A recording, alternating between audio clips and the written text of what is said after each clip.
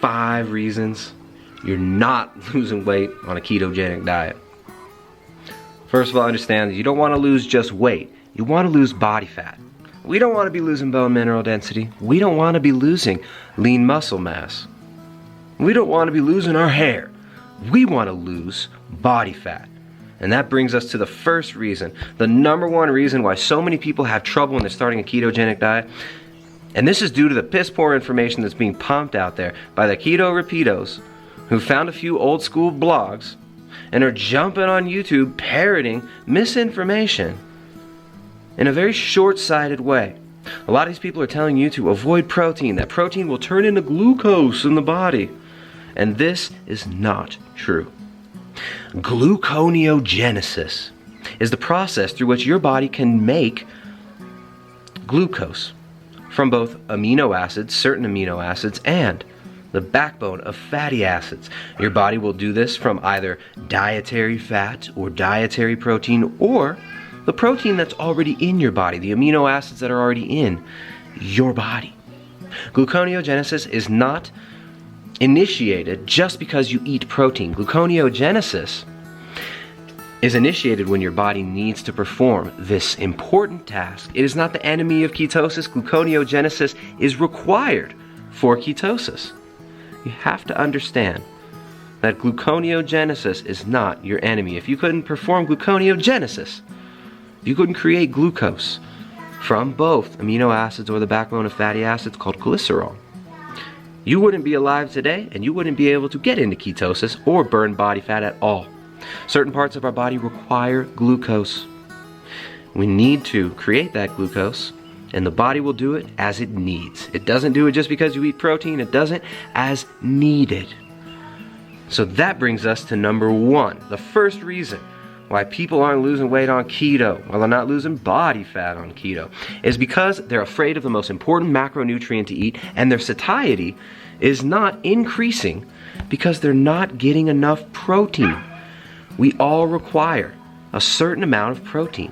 Without that protein, we are not going to be satiated. Protein is the most important macronutrient to eat, whether you're on a ketogenic diet or a carbohydrate-based diet. We all have minimum requirements of protein. People have told you too much protein turns to glucose. They don't know what they're talking about. Your body will perform gluconeogenesis as needed, not because it has a bigger supply of protein. So get in the protein. That's the macro that makes you not hungry. There's a whole theoretical framework called the protein leverage hypothesis. This protein leverage hypothesis, which I tend to agree with, holds that if you get sufficient protein, you're not going to want to eat the other macros. There have been plenty of studies, and there have been a lot of very awesome publications published concerning the protein leverage hypothesis, which you could research yourself. What they've done is they've restricted calories for people and then given them buffets and allowed them to eat different macronutrient spreads. What they found was, across the board, when people reach a certain protein level, when they reach adequate protein, they stop reaching for the fat and the carbs. So if you get enough protein, your hunger's going to drop, you're not going to be as hungry, and you'll be able to burn body fat. Because remember, on a ketogenic diet, you can burn either fat from the plate or fat from your body. Which brings us to number 2. Well, first of all, how much is enough protein? The easiest way to say it is usually about 0.8 grams per pound of your lean body mass or your desired lean body mass. Get enough protein, your hunger's going to drop. Because you can burn fat from both the plate or your body. Which brings us to number 2, overeating on fat. This is one of the biggest mistakes people make on a ketogenic diet. They think that because it's a high-fat diet, that they should be, guzzling cups of butter, melting sticks of butter into their coffee every morning, that they should be eating as much coconut oil and MCT oil as they can, measuring their ketones and trying to get into as deep of ketosis as they can through increasing dietary fatty acids. You've also been misled. On a ketogenic diet, the only thing required to enter ketosis is the restriction of carbohydrate. Now, of course, you don't want to starve yourself of fat. In the beginning, it's better to eat more fat, right? You're going to be getting adapted to this diet. You shouldn't be focusing on just losing weight instantly. A lot of us get ahead of ourselves. And you've been told that keto diets are the magic weight loss diet. Well, it's actually not inherently true. A ketogenic diet allows you to manage hunger very efficiently and leverage the hormonal response to different macronutrients that will allow you to maintain a low level of hunger and thus burn your own body fat. But without a caloric deficit, we're not going to burn our own body fat. We still have to eat in a deficit in order to lose body fat. Your body's not going to burn off the reserve tank of fuel that you've stored ubiquitously throughout the body, i.e. body fat, unless you've run out of your main tank, your dietary fat. All right, think of if you got like a dirt bike or a car that has a reserve tank. It's not going to tap into that reserve tank of gasoline unless you've exhausted the main fuel source. So on a ketogenic diet, it still requires a calorie deficit to lose weight. Eating as much fat as you can is not going to help you be metabolically healthy. It's not going to help you lose body fat, but it can help you gain weight. And we get a lot of people coming to us for private coaching and to our Keto and Carnivore Collective, which we do every month. It's our group community coaching setup, which is really fun. We're able to give you more time, more energy, more one-on-one time with your coaches. We do live voice lessons and interactive voice chats 2 times weekly. And you have a community-based setting, not a stupid-ass Facebook group where people are constantly LARPing and pushing onto you piss-poor information they're repeating from the internet. It's not in the toxic environment of Facebook. We use a live Discord server, and we do every single month a different group. So it's a really fun way of doing coaching. If you're interested, the next session is starting December 9th. December 9th through I think January 3rd or 6th, and that is starting, it's the last week to sign up for that, so there's a link down in the description. But we find that so many people who come to our Keto and Carnivore Collective have been overeating the fat and undereating the protein. Very, very important that we get sufficient protein, and don't overdo the fat if you're trying to lose body fat. So remember, you can burn fat from your plate or from your body. How much fat you burn from your plate or the body, or how much fat you burn from your body, is determined by the amount of fat you put on your plate. Reason number 3, hidden carbs. On a ketogenic diet, you've got to keep the carbohydrates low. If you're eating a bunch of junk food, if you're eating Quest bar keto foods, right, if you're eating low quality processed keto junk food, or sometimes there could be hidden carbs in other foods like salad dressings. A lot of these beef jerkies will include quite a bit of sugar in them. Some of these like trail mixes and nut mixes will have some hidden sugars in there as well. You've got to make sure that you're keeping the carbohydrates low. I usually recommend about 20 to 30 grams of net carbs maximum for everybody.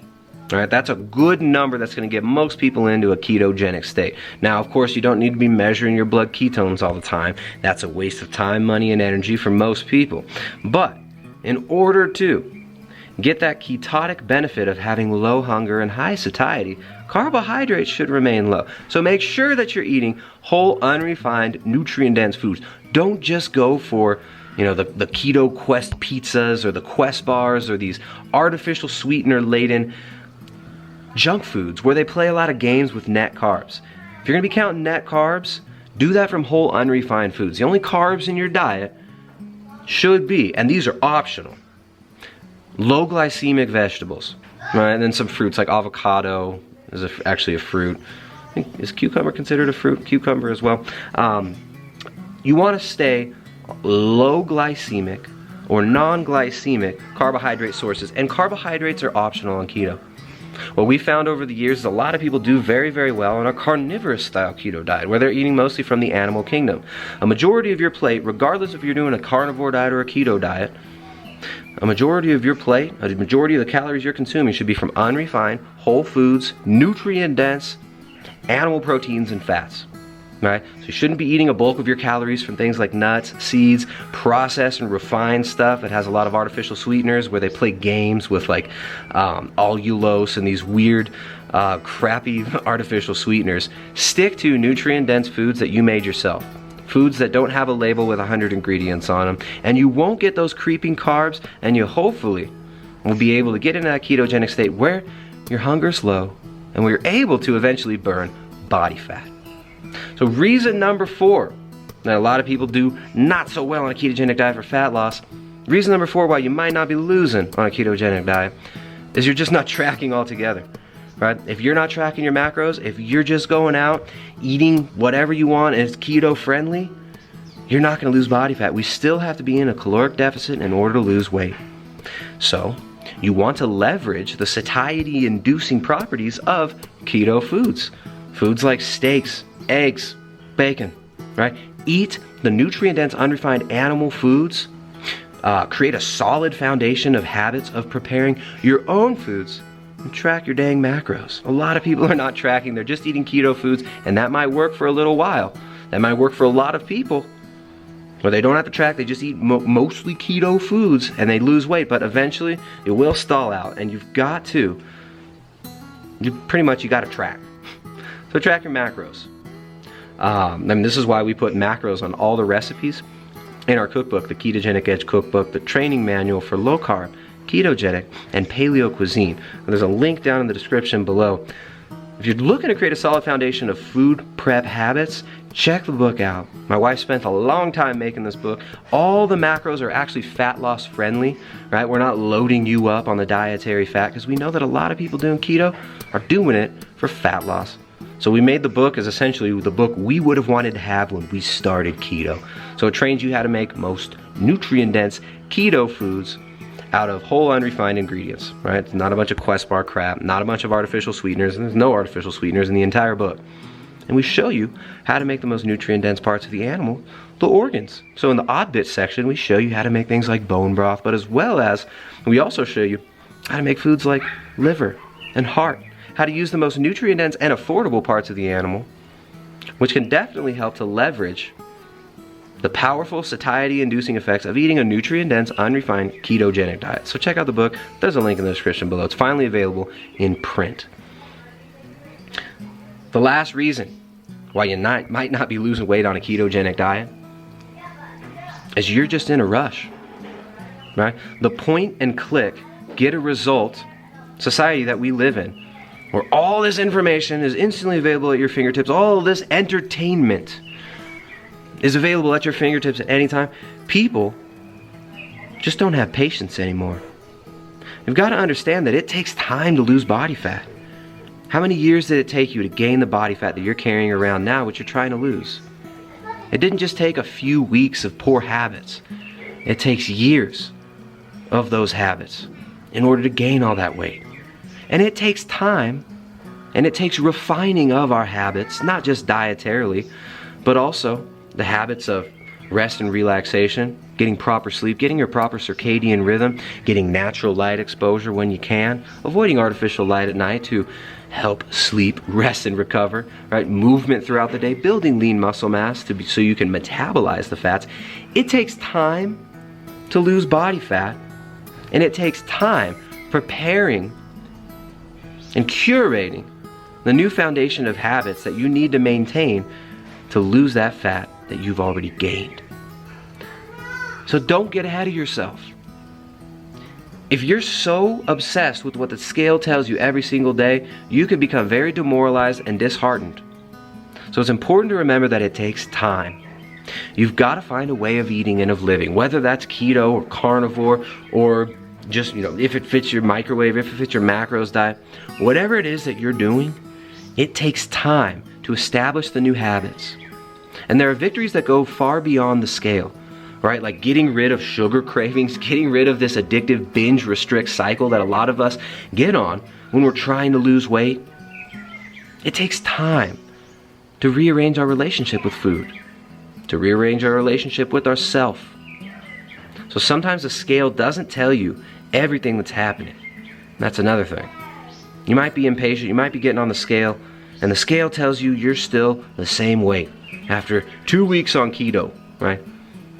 You might not also have been tracking your macros. You might just be eating whatever you want as long as it's keto friendly, so you're not really going to be restricting the caloric intake. You might be eating too much fat. You might be under-eating on protein. But also, you might be making progress that the scale is not reflecting. You might have gotten rid of your sugar addiction and your cravings, and your hunger might be dropping. Remember, it takes a few weeks to get adapted to the diet and to really feel better on a fat-based metabolism. And you could be getting ahead of yourself looking for that fat loss when in the beginning you should be focusing on getting adapted. You also might be getting on that scale and it tells you that you haven't lost any weight, but you could have lost body fat and gained lean muscle tissue. Right? You get a lot of people who say, I'm not losing weight, but I lost 3 inches off my waist. And I've started resistance training and I've gained significant strength in the gym. If you're gaining strength in the gym, putting on lean muscle mass, if your hormonal situation has changed and you're now getting sufficient protein, you might be adding muscle and burning fat off. So if your waist is getting smaller, but the scale's not reflecting that yet, don't worry about it. The scale doesn't tell you the whole picture.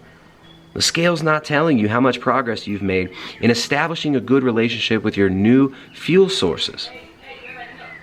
So be patient. There's no hurry. Nobody wants to waste time, but you got to understand that it takes time to lose that weight. It takes time to establish new habits.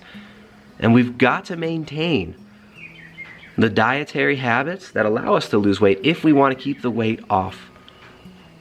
So those are my top 5 reasons throwing out there today for why you might not be losing weight on keto. Of course, there are many other reasons why you might not be losing weight, but those are some of the top reasons that I see after working with thousands of clients and helping people to lose body fat and regain metabolic flexibility using a low carbohydrate approach, whether that's keto or carnivore, or ketovore, which I almost said. A low carbohydrate approach can be very beneficial for metabolic health, for physical health, for mental health as well. So have patience, get enough protein, don't overeat on the fat, track your macros, and watch those hidden carbs. If you're interested in private coaching consultations, we are still doing those. I do still take on private clients, but I've been doing less of that because we're doing our Keto and Carnivore Collective. The December session is going to be awesome. It's the last session of this year. That's starting December 9th. Space is limited, and it's the last week to sign up for that. The Keto and Carnivore Collective, we use a live Discord server. It's not on Facebook. We stay out of that environment. And we do 2 live interactive voice chats per week, 1 lesson, and then another live Q&A every week. You got full access to your coaches. And we use a live Discord server, which is really great because you get to have the community support aspect that helps so many people to understand the deeper aspects of what's going on and allows you to have the support of each other and to learn from each other's experience. So we actually had quite a few coaches coming through the Keto and Carnivore Collective lately to learn how to implement this in their own practice. The Keto and Carnivore Collective is starting December 9th for December, and then we're going to do a January session as well for those of you who want to get on the New Year's session. That's going to be a fun one too. So you can sign up down on the link in the description below. Check out the Ketogenic Edge Cookbook, the training manual for low carb, ketogenic, and paleo cuisine, to help you establish a solid foundation of habits in food prep that is not a bunch of junk food keto stuff. Right? Whole, unrefined, nutrient-dense foods. Protein comes from something that had eyes or lived in a shell. You can find more at primaledgehealth.com. Get off the internet. Stay off your damn phone. Get out there in the real world and live. Kill your freaking Facebook account. Stop watching so much dang TV. Go live your life.